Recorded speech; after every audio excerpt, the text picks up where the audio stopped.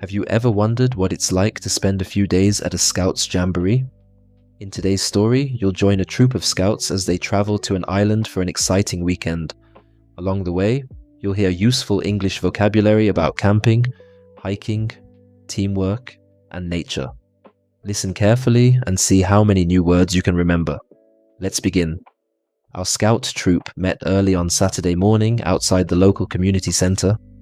Everyone looked excited because we were traveling to a beautiful island for a 3-day Scouts Jamboree. Before getting on the bus, our Scout leader checked that everyone had packed everything. "Does everyone have a backpack?" he asked. I looked inside my backpack one last time. I had my flashlight, a whistle, extra clothes, a handkerchief, some food, a water bottle, and a small first aid kit. I thought I was ready. When we arrived at the harbour, we got on a small boat. The journey across the water was peaceful, and after about 30 minutes we reached the island. It was covered with tall trees, green hills, and quiet beaches. It looked like the perfect place for an adventure. After we arrived, our leader gathered the whole troop together. "Before we do anything else," he said, "tie your neckerchief correctly."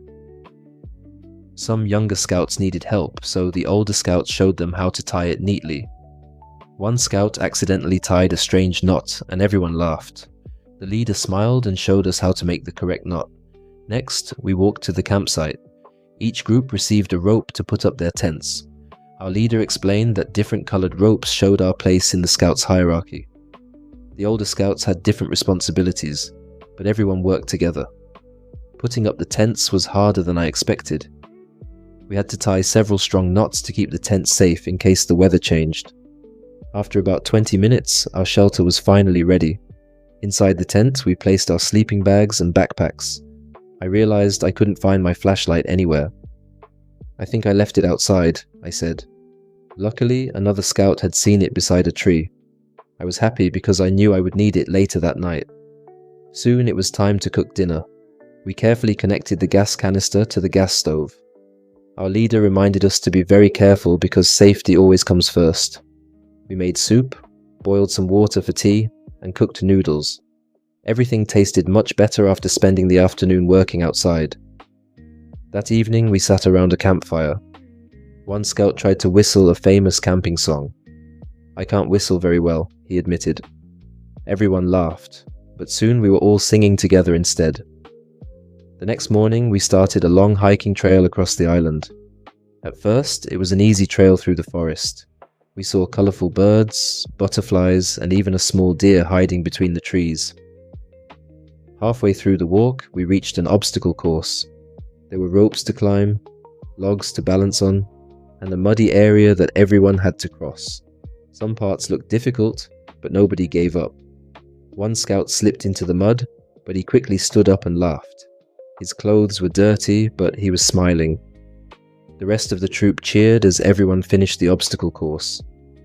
After the hike, we stopped at a small wooden shelter near the top of a hill. We rested, ate sandwiches, and enjoyed the amazing view of the island. It was quiet except for the sound of birds and the wind in the trees. Later that afternoon, we took part in a conservation project. The Scouts wanted to protect nature, so we collected rubbish from the beach and nearby forest. It was our community service activity for the weekend. At first, I didn't think we would find much rubbish, but I was surprised. We filled several large bags with plastic bottles, cans, and old fishing line. After just 1 hour, the beach looked much cleaner. When we finished, our leader thanked everyone. "Scouting isn't only about camping," he said. "It's also about helping other people and protecting nature." Before dinner, we received special badges for completing different activities during the weekend. Some Scouts earned hiking badges, while others received badges for teamwork or conservation. I was proud when my leader handed me my new badge. On the final morning, we packed our backpacks and took down the tents. This time, everyone could untie the knots much faster than on the first day. We had learned a lot in only 3 days. Before leaving the island, the whole troop stood together for one last photo. Looking around at my new friends, I realized that the best part of the Jamboree wasn't the obstacle course or the campfire.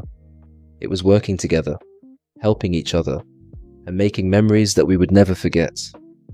As the boat carried us back to the mainland, I looked at my new badge on my neckerchief and smiled. I was already looking forward to the next Scouts Jamboree. Thanks for listening. How many scouting words did you hear in today's story? Try to remember the new vocabulary and use it in your own sentences. If you enjoyed this story, listen again and see if you can understand even more the second time. See you in the next English story.